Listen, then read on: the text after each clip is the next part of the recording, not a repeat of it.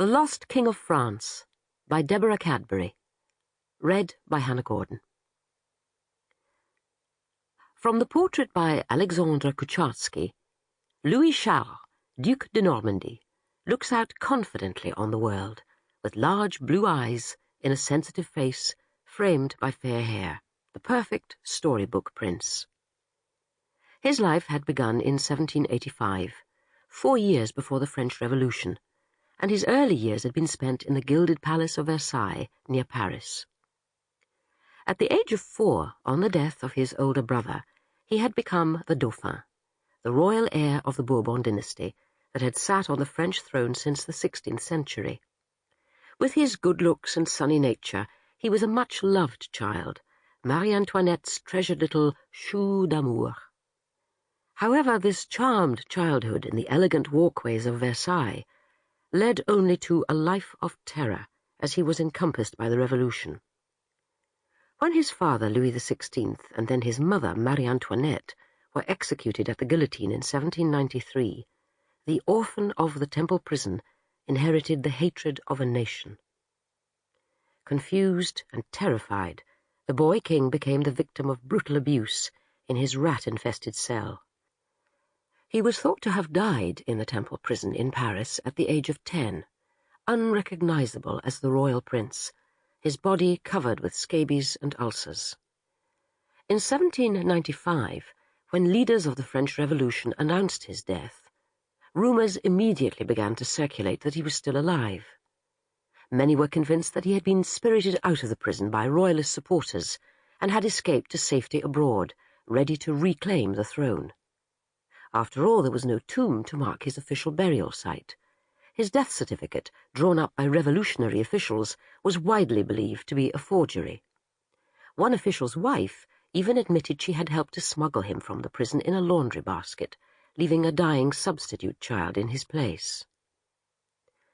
As in a fairy tale, after the Revolution, the young prince sprang to life. He was cited in Brittany, Normandy, Alsace, and in the Auvergne.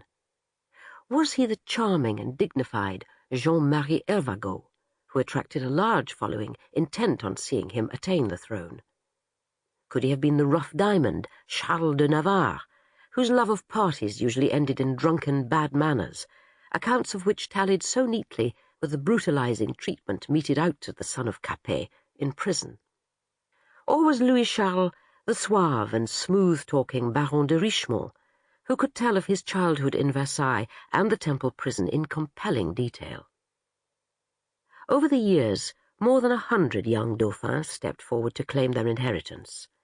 The little boy, the Dauphin, as he was disparagingly called by Mark Twain, appeared in London, America, Russia, even in the Seychelles.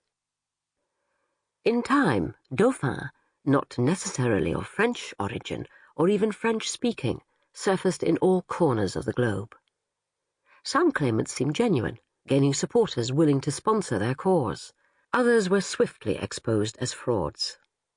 To the astonishment of Europe, nearly 40 years after the official death of Louis Charles, a Prussian, Karl Wilhelm Naundorff, returned to France and announced that he was the lost king and wished to claim the throne on the restoration of the monarchy.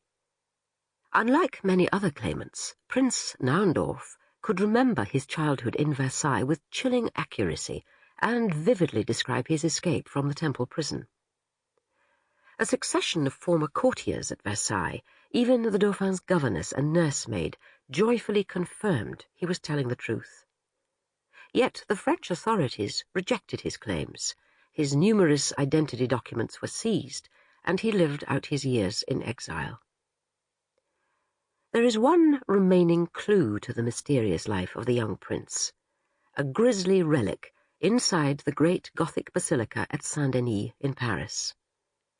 By the high altar, almost hidden by the tall pillars, there is a dark passageway leading down to an even darker underground world, the City of the Dead. Stretching almost the entire length of the basilica is the vast crypt where the kings and queens of France now rest. Barred from the main crypt by a heavy iron grille bearing the Bourbon coat of arms, there is a side chapel known as La Chapelle des Princes. Sample complete. Ready to continue?